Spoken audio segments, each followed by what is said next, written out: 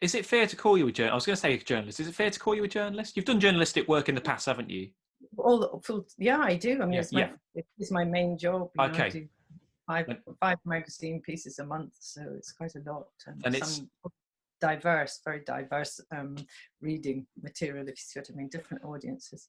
so. My question is, you must have reported on many nature stories. Have there ever Yeah, been times when you've had to investigate something that's maybe clashed with your own oh, all the morals time, or interests? Yeah. all the time.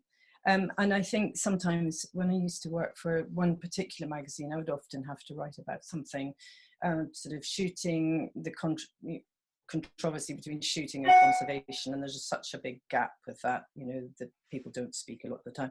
I think the most important thing is to listen to both sides of an argument and both stories. And if I really have strong views either way, then I really try to put those aside, and just as long as it isn't coming across as if it's my view, if it's somebody else, I'm very happy to just let them, I'll be the vehicle to get the words out. But because it is important to hear both sides of everything, and I grew up in an environment in Ardnamurchan where you know, you did shoot things for the pot, and you went out and you did you know, and things did get culled. Blackback gulls used to be a nuisance with sheep, and crofters would go and pot them off and things like that. So, and then some of my family were very keen shooting.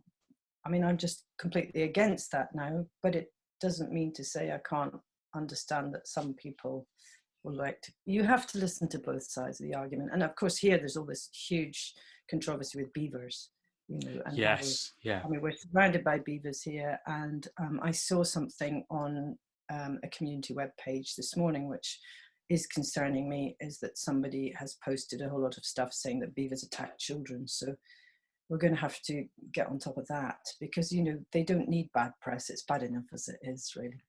It's the trouble with social media in a way, isn't it? It's a double-edged sword because you can Yeah, promote good messages very quickly and very absolutely. easily, but you know, to kind of quote Donald Trump, the whole fake news, people can post something like that, and then within a very short period, everyone thinks, "Oh, beavers, you know, hurt children," and when it's obviously not the case, but people are just going to take that for gospel.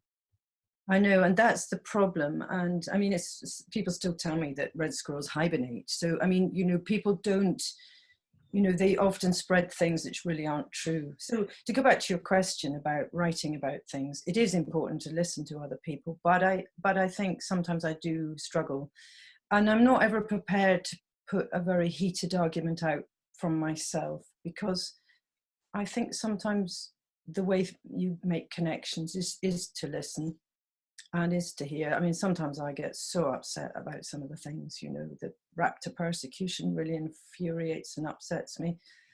But, you know, it's very difficult. It's really difficult. And I just don't know if we're going to resolve it. I'm sure Isla will have lots to say on the matter, because she has studied that. She studied that conflict. So when you Yes, speak to her in a podcast, I think you said you were doing that today too at some point. yes, yeah. So Isla's going to be talking precisely about that, the conflict between Yeah, conservationists and but gamekeepers. it is difficult because the two sides are so, but it can't go on, you know.